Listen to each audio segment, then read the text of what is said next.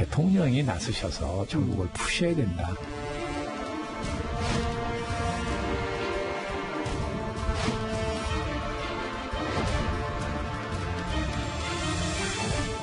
이런 답정너 정권은 처음 봅니다. 어제 문재인 대통령은 좌파 독재를 공식 선언한 것입니다. 아니 적폐청산은 국민들이 요구하고 있는 것 아닙니까? 그런 진실 자체도 덮어두자. 이것은 저는 옳지 않다고 생각합니다.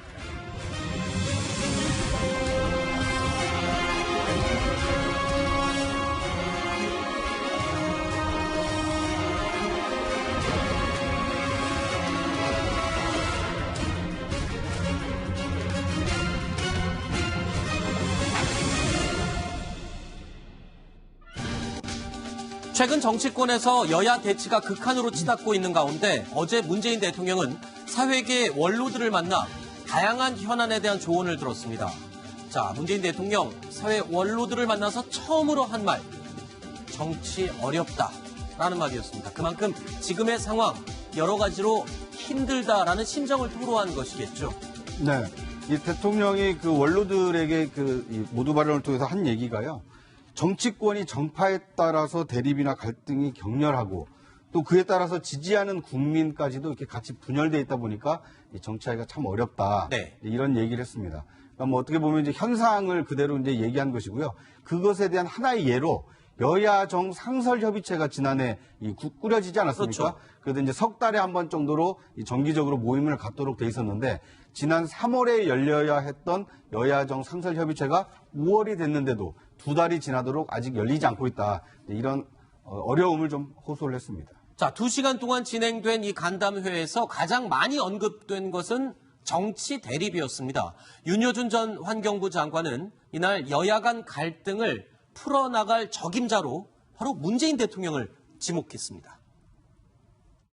성과를 만들려면 이제 지금까지 해오신 일이나 앞으로 하고자 하시는 일이 제도화돼야 되는데 지금 국회가 여야 극한 대결로 저렇게 돼 있으면 이게 현실적으로 어렵게 됐다. 누구 잘잘못으로 빚어진 일이었던 간에 그게 국정의 최고 책임자라는 자리가 짊어진 수명적인 일 같은 거라고 생각하셔야 된다. 수고스러우시지만 대통령이 나서셔서 전국을 푸셔야 된다. 자, 윤여준 전 장관이 대통령이 직접 나가서 풀어야 한다라고 조언을 했습니다. 지금 여당의 아쉬운 점을 꼭 집어서 얘기한 것 아닐까요? 청와대와 여당을 향해서? 그런 부분도 있죠. 근데 이제 지금 최근에 패스트트랙과 관련된 갈등 같은 걸 보더라도 사실 그게 공수처라고 하는 게 대통령 공약이 이루어졌지 않습니까? 네. 근데 결국에 2년이 넘어서 지금에야 패스트트랙이면 3년, 4년 됐어야 법안으로 만들어졌다 보니까 이런 식으로 되다가는 뭐가 될 수가 있겠느냐라는 지적을 하신 거고 그리고 네. 결국에는 그 문제를 풀어야 될 책임 내지는 열쇠를 쥐고는 결국 대통령이라는 부분을 강조를 하셨고 근데 거기에 대해서는 이제 청와대에서는 잠깐 언급을 하신 여야정 협의체 같은 기존의 어떤 제도화된 공식적인 모임을 통해서 풀고 싶다라는 의지를 밝혔지만 네. 그것보다 조금 더 적극적인 행동을 해야 하지 않는가라는 부분을 좀 윤 전 장관은 주장을 하신 것 같습니다. 그러니까 여야정 협의체 만들어 놓고 유명무실할 바에는 빨리 대통령이 나서서 뭔가를 더 적극적으로 해야 된다. 지금 그 지적이잖아요.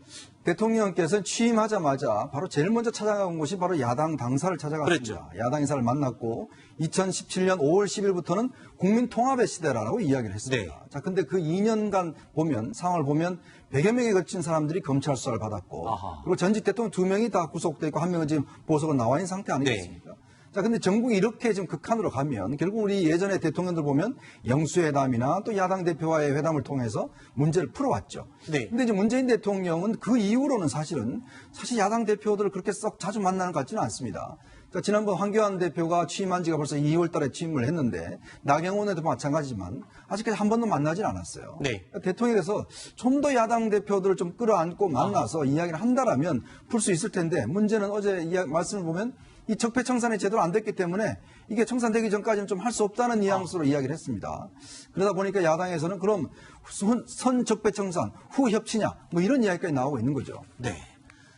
청와대의 뒤늦은 소통 시도에 또다시 제동이 걸리게 생겼습니다. 바로 문재인 대통령의 이 발언 때문입니다. 어떤 분들은 이제는 적폐 수사 그만하고 통합으로 나가야 하지 않겠냐 이런 말씀들 많이 듣습니다. 개인적으로는 국정농단이나 사법농단 이것이 사실이라면 그것은 아주 심각한 반헌법적이고 또 헌법 파괴적인 것이기 때문에 그 부분에서는 타협하기가 쉽지 않은 것입니다. 구정 처장. 네. 아니 그러니까 문재인 대통령이 적폐청산에 대한 생각을 밝혔어요. 해석은 분분하지만 이 적폐청산 지금 2년째 외치고 있는데 이 자리에서 또 이야기한 이유가 있을 것 같아요. 지금 이 시기에. 그러니까 이제 지금 이 원로들은 협치를 강조하지 않았습니까? 그렇죠. 그런데 그 협치를 하기 위한 전제 조건이 있다. 적폐가 청산돼야 한다. 그렇습니다. 그 이제 개인적으로라는 어떤 이제 이 사적 견해라는 것을 밝히긴 했지만 이 헌법 파괴적인 행위였다. 국정농단과 사법농단이라는 것은 이것을 바로잡지 않고 협치를 한다는 것은 좀 동의하기 어렵다. 네. 그러니까 지금 국정농단과 사법농단에 대해서 바로잡고 있는 과정이기 때문에 네. 이것이 끝나고 난 다음에 이제 협치가 가능합니다라고 네. 어떻게 보면 원로들의 얘기를 듣기보다는 원로들을 좀 설득하는 자리가 된 모임이 됐습니다. 협치보다는 적폐청산이 더 우선된다라고 이야기한 문재인 대통령이었습니다. 이 자리에 참석했던 윤여준 전 환경부 장관도요. 현 정부의 장기화되고 있는 이 적폐청산에 대해서 우려의 목소리와 지적을 내놨습니다. 적폐청산은 인적 청산의 불가피한 면이 있으나 그거는 아주 피할 수 없는 정말 책임자급에 있는 사람만 소수로 빠른 시일 내에 처리를 하고 이렇게 한편으로는 탕평을 하면서 그렇게 갔어야 되는데 너무 장기에 걸쳐서 하니까 다 피로감이 오고 또 공직사회도 사람인지라 반발 심리가 많아요. 모든 공무원들이 상관의 지시를 다 녹음하거나 기록한다는 거예요. 이건 도움이 안 되거든요. 문재인 대통령의 이 같은 발언이 논란이 되자 청와대가 다시 한번 또 해명을 했어요. 그러니까 이분법적으로 생각하는 것은 옳지 않다.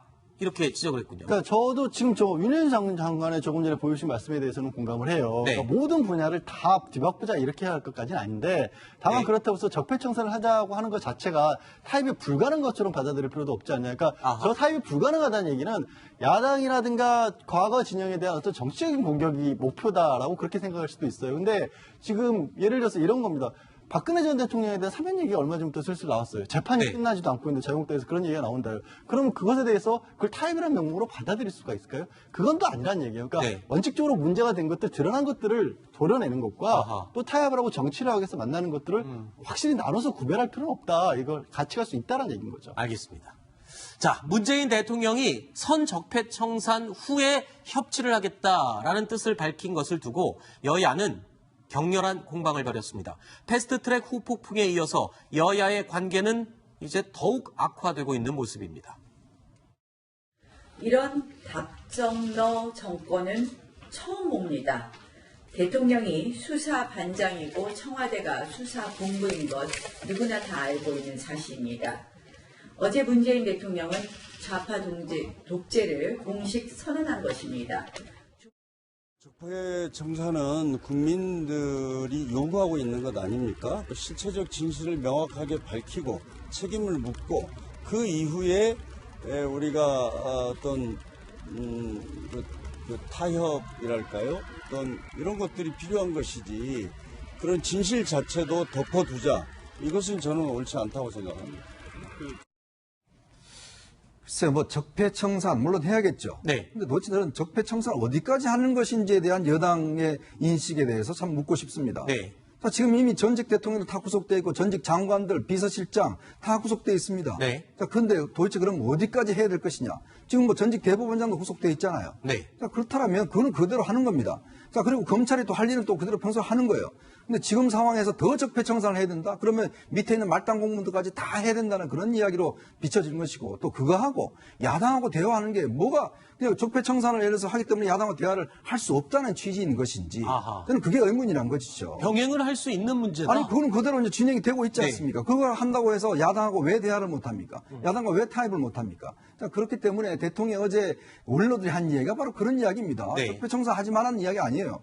결국 야당하고 적극적으로 대화하라는 건데 네. 대통령은 적폐청산이 안 됐기 때문에 대화를 지금 뭐 할 수 없다는 뉘앙스로 이야기를 하니까 지금 고민정 대변인이 좀 전에 이제 그런 뜻이 아니다고 해명했지만 네. 그 대통령의 명확한 메시지는 거기에 있는 거거든요. 알겠습니다. 그렇기 때문에 저렇게 야당들이 도대체 뭘 하자는 거냐고 이제 반발하고 있는 거죠. 네.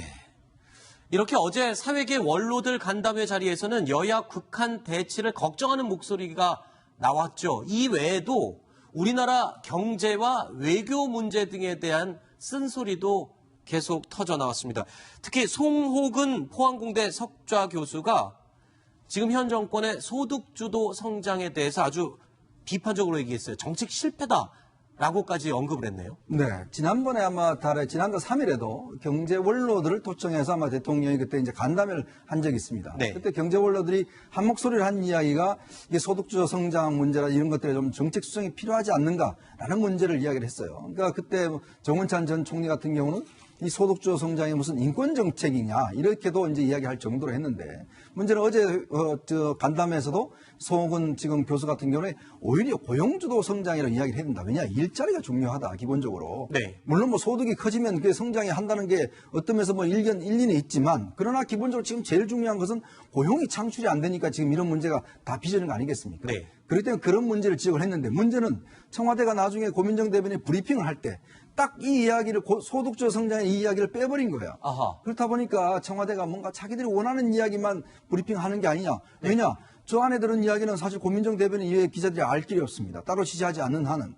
그런데 청와대가 왜 브리핑을 하면서 지난번에도 그랬고 이번에도 그러고 자꾸 저렇게 원로들의 쓴소리를 제대로 브리핑하지 않는 이유가 뭔지 네. 참 궁금합니다. 외교에 대한 우려도 나왔는데 사실 최근에 보면 군사적으로나 정치적으로나 일본이 지금 미국과 굉장히 가까워지고 있고 중국과도 지금 화해를 하는 분위기거든요.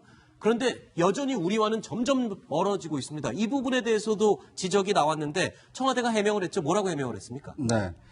이 문재인 대통령이 일본이 이 과거 역사를 국내 정치에 이용하려는 경향이 있어서 아쉽다. 그럼 지적에 대한 답이 아닌 것 같은데. 그러니까 이제 일본과 그 한일 간의 어떤 그 관계를 좀 돈독하게 하겠다라는 얘기보다는 네. 일본의 어떤 일부 정치인들이 국내 정치적인 문제로 한일 관계를 악용하고 있는 것에 대한 이 안타까운 심정을 좀 토로를 했습니다.